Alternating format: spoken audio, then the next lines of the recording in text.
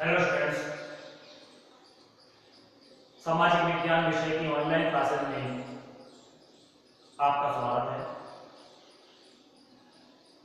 Online classes के इस सफर के दौरान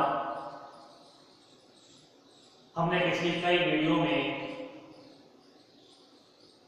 कई अध्यायों का अध्ययन किया। राजनीति विज्ञान से शुरू करते हुए हम अर्थशास्त्र और भूगोल तक पहुंचे।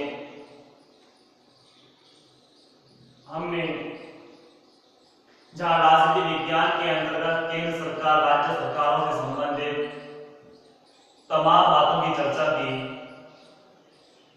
तो वही अर्थशास्त्र में हमने भारतीय अर्थव्यवस्था की चुनौतियां, उसकी विशेषताएं, राष्ट्रीय आय, प्रति व्यक्ति आय, उपभोक्ताओं से संबंधित बातों का अध्ययन किया। भूगोल विषय तक पहुंचे तो हमने परिवहन, संचार के साथ मानव संसाधन तथा खनिजों के बारे में जानकारी प्राप्त की। पिछला वीडियो हमारा खनिजों से संबंधित था। आज हम एक नए अध्याय की तरफ आगे बढ़ रहे हैं। यह अध्याय हमारा कृषि से संबंधित अध्याय है। कृषि मानव के द्वारा फसलों को उगाने की प्रक्रिया कृषि के नाम से जानी जाती है। प्राचीन समय में जब मानव को सभ्यताओं का ज्ञान नहीं था, तो मानव जंगलों में जानवरों के पीछे दौड़ता था, भागता था, उनका शिकार किया करता था और अपने पेट की भूख को शांत करने का प्रयास करता था। लेकिन जब मानव में सभ्यताओं का विकास हुआ, मानव ने घुमंतु जीवन छोड़कर स्थायी जीवन जीना प्रारंभ किया, तो मानव ने कृषि कार्य करना शुरू किया।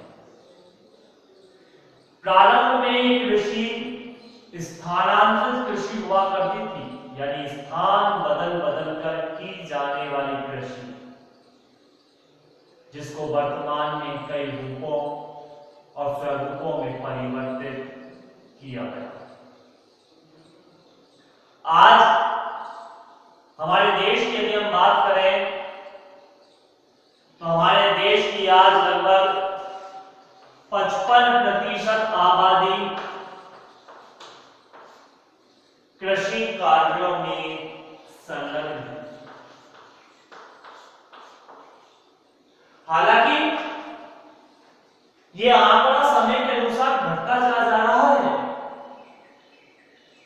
जहां कभी देश की 75% आबादी कृषि कार्य में संलग्न हुआ करती थी,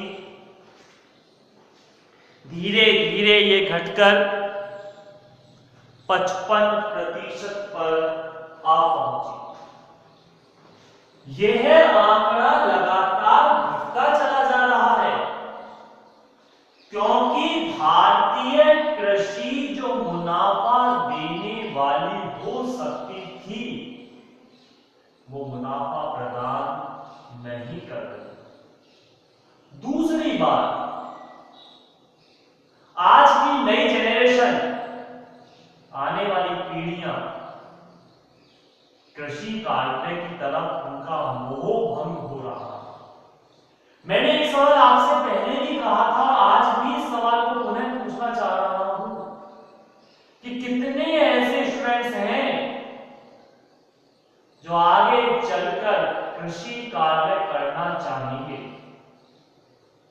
जो आगे चलकर खेती करेंगे, सर्दी, गर्मी, बरसातों को सहन करते हुए धरती का सीना फाड़कर वनस्पतियों को उगाएंगे। शायद ही कोई नहीं क्योंकि हम आगे चलकर तृतीय क्षेत्रों की तरफ बढ़ रहे हैं। हम डॉक्टर, इंजीनियर, आईएएस, आईपीएस जैसे रोजगार की तरफ बढ़ रहे हैं। आज पूछा जाता है विद्यार्थियों से कि आगे चलकर क्या बनना चाहोगे, तो उनका सपना यही doctor, engineer, IAS, IPS, CA वगैरह का होता है। कोई विद्यार्थी ये नहीं कहता कि मैं खेती करूंगा, मैं फसल उगाऊंगा। जब हम इस कार्य को नहीं करेंगे, आगे चलकर हमारी नई जनरेशन इस कार्य को नहीं करेगी, तो कौन करेगा खेती? कैसे होगी कृषि? कैसे होगा फसलों का उत्पादन? कैसे प्राप्ति होगी भोजन की? और कैसे शांत होगी भूख? ऐसी तमाम चीजें, तमाम सवाल हमारे सामने मौजूद हैं, और जिसका एक प्रमाण हम देख भी सकते हैं कि जहां पहले कृषि करने के लिए 75% आबादी थी, वो धीरे धीरे घटकर उनका आंकड़ा आज 55% पर रह गया। आने वाला समय और भी गंभीर होगा, ये आंकड़ा और भी घटेगा, यानी कृषि समस्याओं में घिरी हुई है। लेकिन कृषि के समस्याओं में होने का सबसे बड़ा कारण है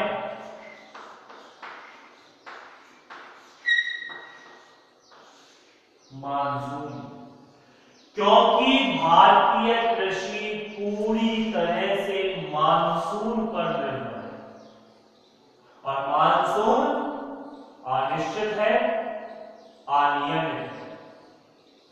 किसी वर्ष वर्षा बहुत अधिक हो जाती है, और इतनी अधिक हो जाती है कि बाढ़ की उत्पत्ति हो जाती है, जिससे फसलें बर्बाद हो जाती हैं। और कभी वर्षा बिल्कुल नहीं होती, जिससे सूखे की उत्पत्ति होती है, तो भी फसलें बर्बाद हो जाती हैं। यानी अतिवृष्टि होगी तो भी फसलें बर्बाद हैं, और अनावृष्टि होगी तो भी फसलें बर्बाद। इसके अतिरिक्त कई जैविक आपदाएं, टिड्डी दल आक्रमण कर देता है, या उन फसलों में कीट लग जाता है, ओले गिर जाते हैं, पाला पड़ जाता है, फसलें बर्बादी की कगार पर आ जाती हैं। भारतीय कृषि मानसून पर निर्भर है। मानसून अनियमित, अनिश्चित है, तो कृषि से प्राप्त होने वाला लाभ भी अनिश्चित होता है। लाभ की प्राप्ति तो हो ही नहीं पाती। किसान जो लागत लगाता है, उसे वो लागत भी प्राप्त नहीं हो पाती। परिणाम यह निकल रहा है कि भारतीय किसान कृषि कार्य को छोड़कर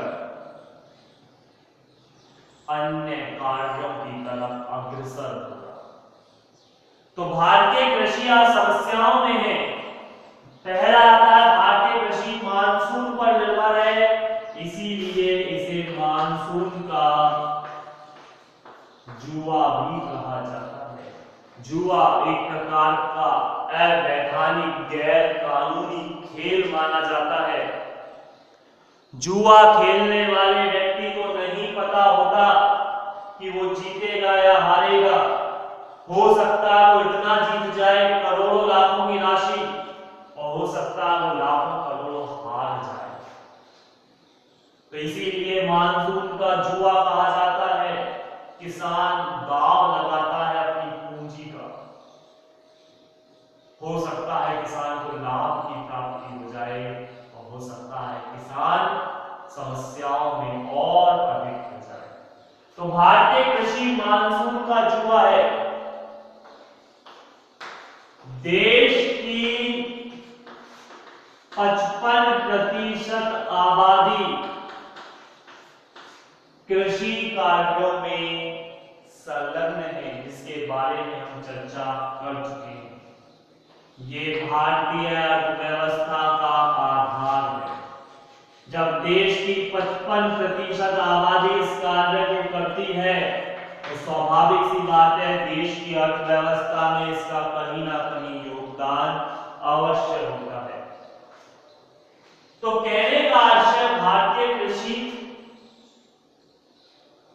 वैसे किसानों के लिए रोजगार का एक महत्वपूर्ण साधन है, लेकिन फिर भी आज कृषि समस्याओं में जकड़ी है।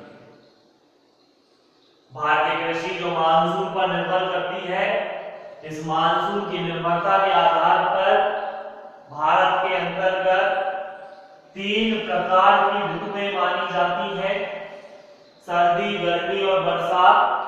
और सर्दी, गर्मी, बरसात के आधार पर ही 3 फसल ऋतु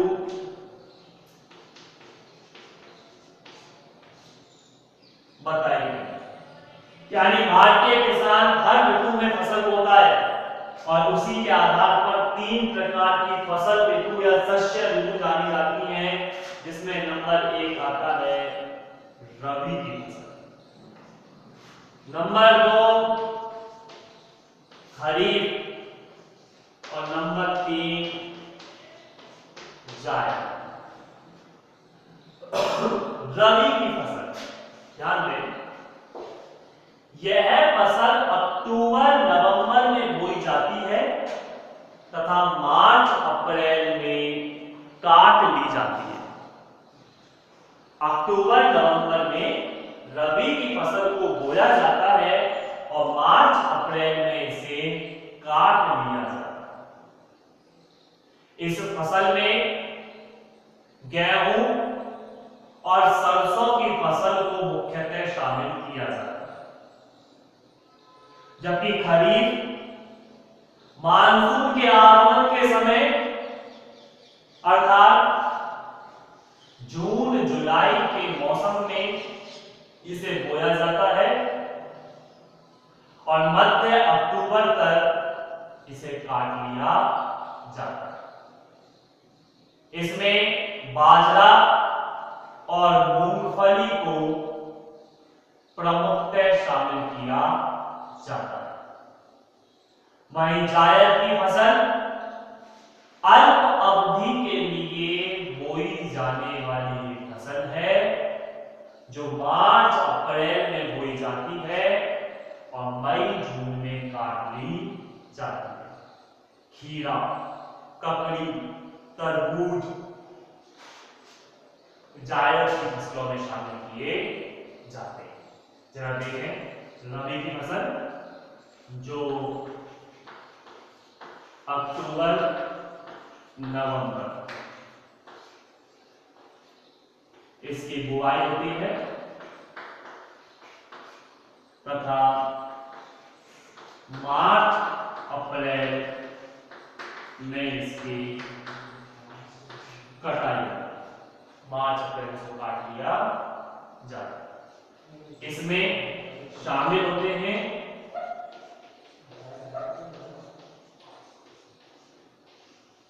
गेहूं और सरसों।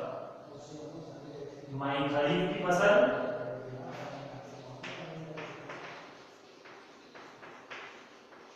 जून जुलाई में बोई जाती है और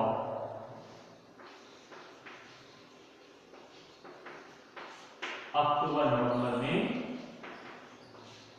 काट लिया। इसमें शामिल होने वाली फसलों में मुख्यतः बाजरा और मूंगफली। वहीं जायद की फसलें मार्च अप्रैल में इसको बोया जाता है और मई जून में इसे काट लिया जाता है। इसमें ककड़ी है, तरबूज है आदि को शामिल किया जाता है।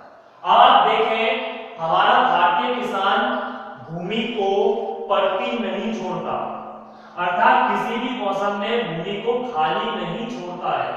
एक फसल काटी जाती है, दूसरी फसल को बो दिया जाता है। आप देखिए अगर यहीं से बात कर रहे हैं अक्टूबर नवंबर से, अक्टूबर नवंबर में बोई गई है और मार्च अप्रैल में काट ली गई। जैसे ही रबी की फसल कटती है मार्च अप्रैल में जायद की फसल बो दी जाती है। जायद की फसल मई जून में कटती है, मई जून में जायद कटती है और जून जुलाई में खरीफ को बो दिया जाता है। जून जुलाई कटाई अक्टूबर नवंबर में होती है, इसको कटते ही अक्टूबर नवंबर में रबी की फसल को पुनः बो दिया जाता है। अर्थात पूरे वर्ष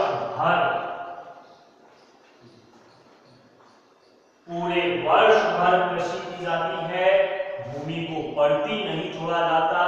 किसान ज्यादा से ज्यादा लाभ प्राप्त करना चाहता है, लेकिन फिर भी भारतीय किसान समस्याओं में जकड़ा हुआ है, क्योंकि भारतीय कृषि निर्भर करती है मानसून पर, और मानसून अनियमित और अनिश्चित। तो आज हमने कृषि से संबंधित सामान्य बातों की चर्चा की। इससे संबंधित अन्य बातों की चर्चा हम आगामी वीडियो में करेंगे, लेकिन तब तक के लिए धन्यवाद।